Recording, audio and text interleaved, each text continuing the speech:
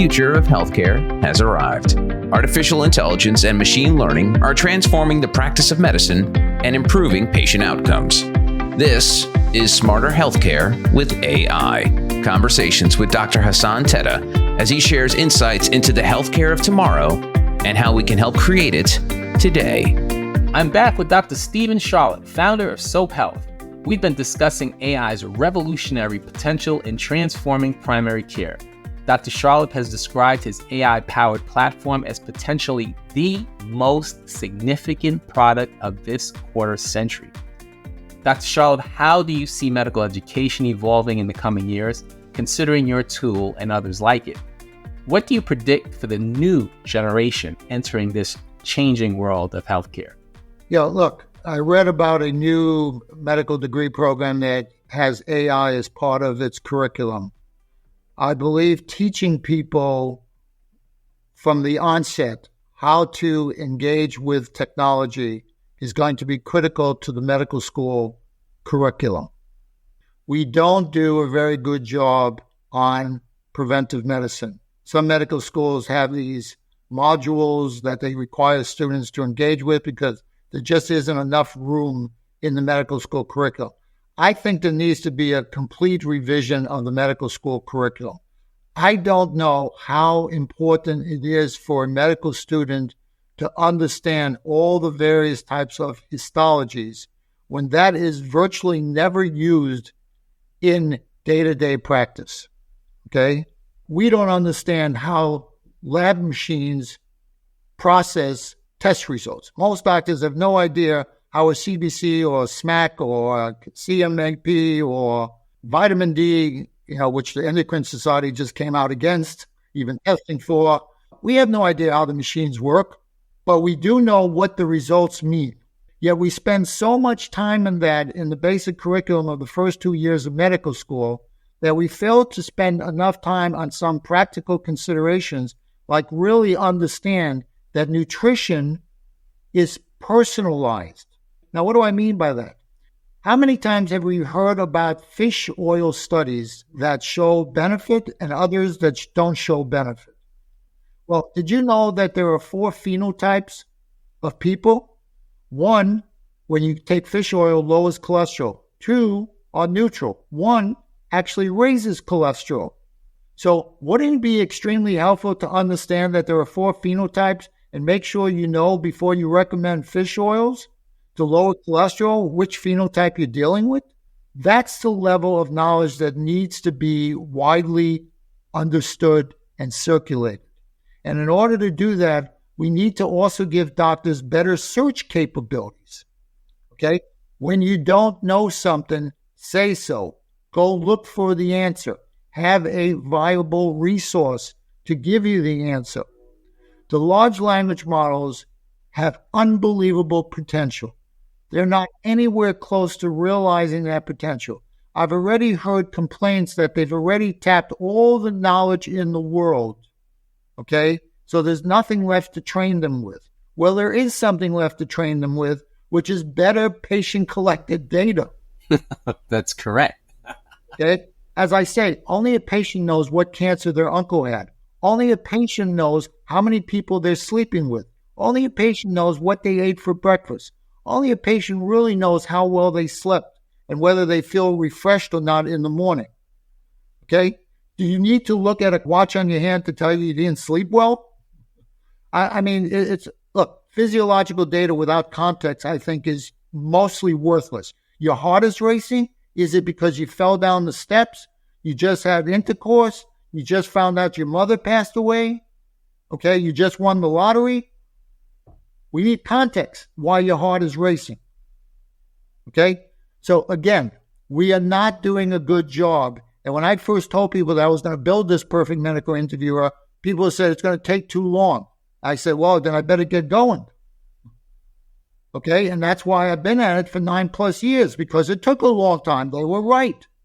But it had to be built. It had to be built. It has to be deployed. We need that data. We need that data in droves. We need to be able to mine that data for insights about disease progression, disease development, the earliest and most subtle signs of early disease. like pancreatic cancer and lung cancer. We have to be smarter about the way we approach these issues. Otherwise, we'll keep spinning our wheels. People will die unnecessarily. Money will be wasted. People will suffer. And by people, I mean you, me, and every other human being on the planet. I've espoused that AI, as you mentioned, is just a tool, but it's a very good tool. It's a very good tool, and one that we didn't really have access to several decades ago. And when you marry that tool with the concepts that you're talking about, this ability to harness the information that only a patient knows to the extent that they know, and personalize the care for them, I do believe you then start to achieve something that we haven't really been able to deliver upon, before, which is a really, really almost precision-based type of therapy, diagnosis, and treatment for a patient. So you have this concept that you call the precision patient, and you talk about how it benefits healthcare and underpins a lot of what you're talking about. Flesh that out for us a little bit. What is the precision patient? So I harken back to the days of Reagan and trust but verify.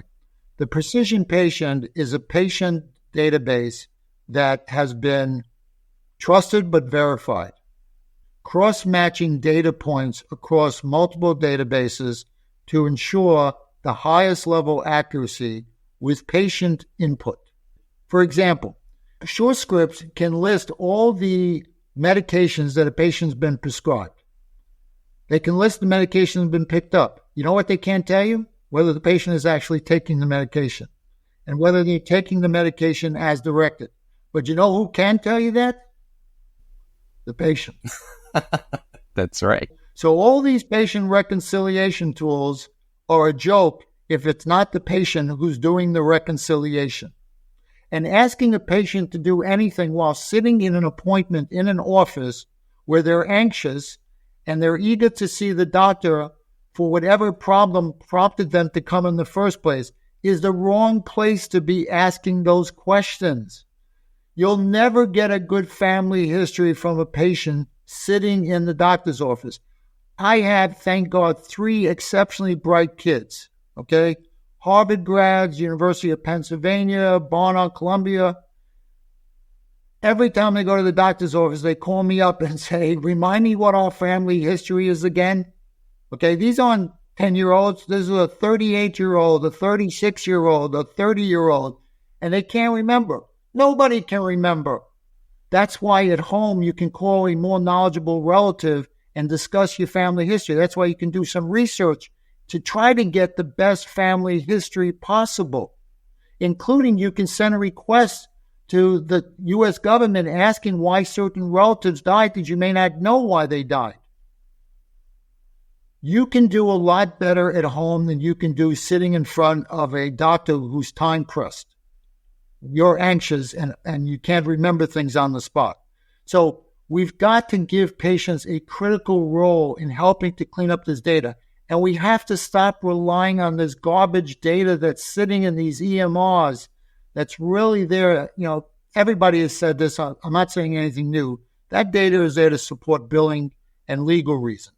It is not the true reflection of who a patient is. You want a true reflection of a patient? Speak to them in the first voice. Let them be heard. That's what SOAP does. We let the patient speak in the first voice, as well as we ask them systematic, exhaustive questions to make sure we don't miss anything. I'll give you an example. Every EMR includes past medical history and past surgical history. Every medical note includes past medical history and past surgical history. You know what it doesn't include? Past injury history. Think about the profound impact that certain injuries have on our health. Concussions, playing sports when you were younger. Okay? Smoke inhalation at one point in your life. Sexual trauma. Injuries. We don't collect the injury history from patients. Well, guess what? SOAP does.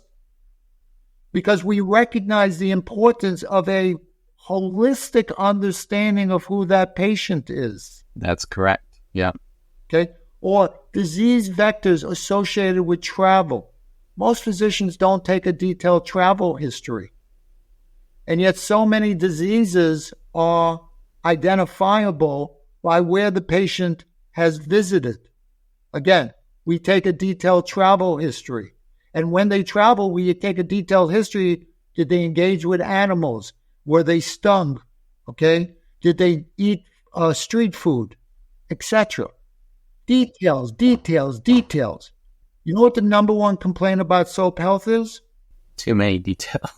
Too many details. And you know what? I've heard doctors say that, and I'm used to it. But people on my team who sit in with meetings with doctors, and when that comes up, they get off the call and they say to me, "What's wrong with that doctor?"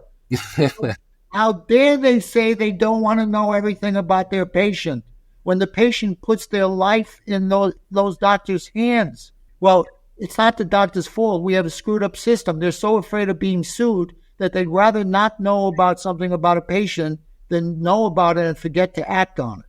It's appropriate for me to mention something, and what you just said resonated with me. When you talk about injury, I've been in the military. I just retired 25 years. The injury history is by far more important than the surgical history and sometimes the past medical history, in the sense that over a course of a military career or anyone's career, as you can imagine, you can injure yourself in such a way that it leads to long-term sequelae that has a fundamental impact on your health, right? And I've just kind of gone through that recently, and exposures, through my deployment in Afghanistan to things that we now know are harmful, like burn pits and things like that. I kind of look at my record, my military record, and I know that some of that stuff was omitted, right? It was only brought up because I remembered and I recalled and I brought that up. But I'll go back even further. And another thing that you talked about with travel, and this is really to illustrate to the audience why these types of details that you're so keen on on collecting are important. As an undergrad, I had a almost lethal diagnosis of bacterial meningitis. It was because I traveled the week before outside of my vicinity to go to a place and probably contracted it there. And thankfully, the ER doctor that saw me when I came in uptunded asked my colleagues, who were only the people available to speak for me on my behalf at the time, did he travel anywhere? They said, yeah, he was away a week ago. So that one little detail helped them to formulate a holistically different differential diagnosis than they otherwise would have. So details do matter. And I'm a testament to say that I'm here today because fortunately healthcare providers, and in some ways myself, help inform those details to get a more accurate picture of what my health condition and at the time what my health presentation was. So I do believe that those things are very important. I have to say personally, I applaud you for that. What may not be apparent to the audience here is that SOAP actually stands for something in our medical vernacular. So I wonder if you wouldn't mind commenting on how that name was selected for this platform. Yep, I think SOAP is really a perfect description of our philosophical approach to getting the right diagnosis, which SOAP stands for Subjective Objective Assessment Plan. It says, take subjective information, combine it with objective information, again, trust but verify. Do a proper assessment, including a risk assessment and a symptom assessment and a history assessment. And then once you've done the work and done it properly, then develop a plan of action. And that's exactly what we stand for, combining the best of subjective information with the best of objective information. So doing a AI level assessment, which the human brain is incapable of doing, and then coming up with a plan. Look, medicine is a science, but it is an imperfect science. A study a few years ago took there's more than 8,000 Cochrane reviews. The Cochrane reviews are very often the standard of care in medicine. This study author pulled 1,500 Cochrane reviews and found the evidence for more than 50% of them to be less than good. Okay? So even our standard of care for treatment is inconclusive. Why? For the same reason I talked about the fish oil. Because we are very similar, but we are not identical. Right. And what works for one may not work for another. And understanding how you fit into one category versus another category is absolutely quintessentially a must if we are to provide the right care for you. Okay? Do you know that there are studies that show that for some people, exercise is a bad thing? That would be heresy. But for some people, they really should not be doing any type of strenuous exercise. It is not right for them. We need to understand who you are on a personalized level so that we can deliver the appropriate care for you. That makes it more cost effective. That makes it more efficacious. That makes it appropriate. We're not doing that. It's easier to treat everybody. Look, the genetic testing industry is failing. Invitae, a major company, went bankrupt. I know, I own their stock. My stock went from worth $20 a share down to, it's now 0.001 cents a share. Okay? Bankrupt. Why? Because they didn't think about the indications carefully enough for why you should get genetic testing. They just said everybody should get genetic testing. And I actually got into an argument with a guy named Atul Butte that used to be at Stanford and now is UCSF, who I said, I'm building this application to identify who should get genetically tested. He goes, waste of time. Everybody's going to get genetically tested. And I said, no, they're not. We don't test everything on anybody right now in medicine. Why would we do these expensive genetic tests on everybody? We need indications. Today, I'm working with 2 polygenic risk scoring companies. I've also spoken to Grail that does the multi-cancer early detection. And I said to them, you need indications. There has to be a reason why you do things. You just don't do it because you want to make more money. People are not going to follow that lead. Give them indications. Give them good science. Give them evidence. And people will do the right thing most of the time. Not all the time, but most of the time. Okay? But if you don't give them frameworks and guidelines and evidence and science, then you're basically shooting your business models in the foot and you're going to cripple yourself going along. I said it to 23andMe. They didn't listen to me. I don't want to be one of those I told you so, but I've been telling this to people for years and they're not listening to me. So I don't say it much anymore because nobody wants to hear, the boys crying wolf all the time. But the bottom line here is medicine is about starting with data, assessing it, and planning. And anybody that wants to cut that corner is doing a disservice to the patient, to the system, to the world. Yeah.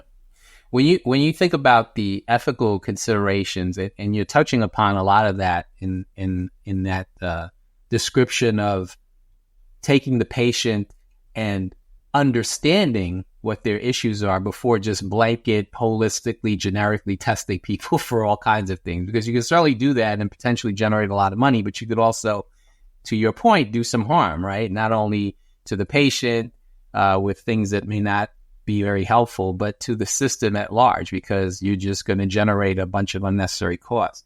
So, there's been a lot of talk as we close here about, it's not ethical to apply AI and tools and all of these things to the delivery, the sacrosanct patient-doctor relationship, right? There's no place for technology. It's not ethical to do that. You've certainly heard arguments like that. And then there's some that I would argue are probably on the vanguard of another perspective, and that is to say, no, it is unethical to not utilize these tools, apply data, apply knowledge, personalize your care to your patients so you can deliver the very best kind of care. In Smarter Healthcare with AI and many of our discussions, ethics has always kind of permeated the discussion.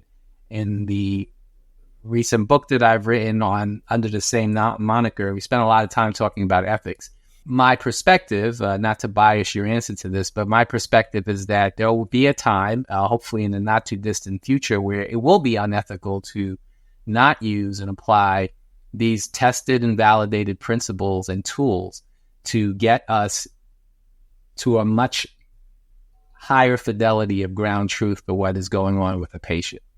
And I believe that some of these tools, like the kinds that you're developing, are helpful in getting to that end. So how would you summarize your approach to infusing, the principles of ethics and sort of allaying any concerns people may have to this kind of platform and others that are, heavily reliant on data and tools and things that otherwise may not be as natural in this doctor-patient relationship? Yeah, ethics is a very interesting word. When I was at Harvard Business School, I founded a business ethics magazine. And then also to found that magazine, I needed the support from the school. And they actually tried to block me at every possible turn. I mean, literally, they tried to block me. But I persisted, and eventually I ended up publishing. I got the dean to write a preface to the magazine. I got J&J's Jim Burke, with the Tylenol scandal, to write an article. I got some very distinguished professors, so on and so forth. The point was that in thinking about ethics all the way back to business school, which is many years ago for me, it became very clear to me that there is a certain subjectivity that's been introduced into ethics. Okay? Ethics is no longer an objective term. I used to say ethics was something that one was comfortable going on national television and defending one's actions. That was ethical. But we know in this day and age, people will go on national television and say whatever the F they want. And so that's no longer a standard. And reasonable people can agree and even disagree about what is and is not ethical behavior. So ethics has become a very loaded word for me. I think what it is consensus standards. Now, we know that the majority is not always right, and I always harken back to this famous book, The Enemy of the People by Henrik Ibsen, where the doctor is trying to save the town from dispensing these spas, salt baths that turn out to be harmful, and it would undermine the town's economics, and so everybody turns against him, and he becomes the enemy of the people, even though he's trying to do the right thing. So I'm not even sure the majority is always right. So it's a tough question for me to answer, but for me, it's, do you at least have the right intentions? Although I am reminded the old saying, the road to hell is paved with good intentions. So even from that perspective, I don't know what the answer is. So I'm going to, and I never do this, I never not answer a question. I think the answer is, well, this is really a tough one for me. It's kind of like when I was in this Mayo Clinic program, Google came along and they were going to talk to us about AI, and we thought they were going to teach us how to use AI. Instead, they were telling us about how to use AI ethically. And I was thinking, I got nothing against Google, but I don't understand why they think they're the right people to teach me how to create transparent AI. There's nothing transparent about a Google search, okay, or a scoring system. So who are we kidding? I think you've got to follow the science. Trust but verify. And by science, I mean the scientific method. You've got to be able to replicate every result, okay? If you get a result one time, it doesn't count. You got to be able to reproduce it. And if you can reproduce it and you can demonstrate that it's appropriate for a particular patient, well, then you've solved for that particular patient. You haven't solved for the next type of patient. And that's what we should be spending our money and research dollars on, trying to improve personalized medicine, okay? Because this wholesale application of healthcare just doesn't work for me, okay? We now know that there's multi-billion-dollar industry called statins, okay, that saves 1 out of 100 lives pre-heart attack. We should be able to nail down who that 1 out of 100 is and make sure that every one of those people gets a statin, and all the people who get more harms than gains from statins don't waste their time with statins, and we take all that money spent on that and apply it to something else. Okay? I can't take any more of these averaging of side effects, averaging of benefits, averaging of everything. We're not averages. We're individuals. And again, part of my thinking behind SOAP Health was that if I could create a database that is vastly superior to anything that we have today, we could begin to mine that database for insights into disease development and progression that we simply don't have today. Here's what I see over my career. Everybody is taking shortcuts. Enough with the shortcuts, okay? Let's do what needs to be done over the long term. I didn't take a shortcut. It's 9+ years, and I'm still not jumping up and down saying we're perfect, we're finished. No more shortcuts. Let's eliminate fast profit on medical technology until it's absolutely fully vetted and validated. Unless it's a life-threatening situation where there's no alternative, the right to try was a great law, okay? But other than that, let's not subject the population at large to all these willy-nilly new devices and software and technologies, including these symptom trackers and these triage tools that do, in my opinion, nothing but great harm. And there's ambient technology that's faster horses when people need cars. All that money being wasted. Wow. Well, Dr. Charlap, you've been so generous with your time and for giving us insight into your innovation of SOAP Health and this platform that we are all anxious to experience on our own. I want to thank you personally for all the work that you've done, not only as a physician, as an innovator, an entrepreneur, but for the human being that you are and for being an inspiration to me, for being dogmatic, pragmatic, and ethical with your approach to delivering personalized, better care, more effective care to patients. You know, I will end with this. You have a moniker on your profile. It says, to save the lives of millions of people I will never meet. And I do believe that you are well on your way to doing that. And I would say perhaps hundreds of millions, if not billions of lives. So thank you for all the work that you do, Dr. Charlap. And it's been a pleasure to visit with you and to learn more about SOAP Health and the great work that you and your team are pioneering. We can't wait to see what comes next. Thank you so much. Thanks for having me. Appreciate your time as well. You're welcome. And that's going to do it for this episode. Please make sure to leave a 5-star review on Apple or Spotify. And don't forget to hit subscribe so you won't miss any future episodes. Thanks again for listening, and I'll see you next time. This has been Smarter Healthcare with AI. If you'd like to find out how to bridge the gap between medical experts and tech innovators and discover how AI can make us healthier and more human, go to tetteh.com. Smarter Healthcare with AI with Dr. Hassan Tetteh is a production of Forbes Books.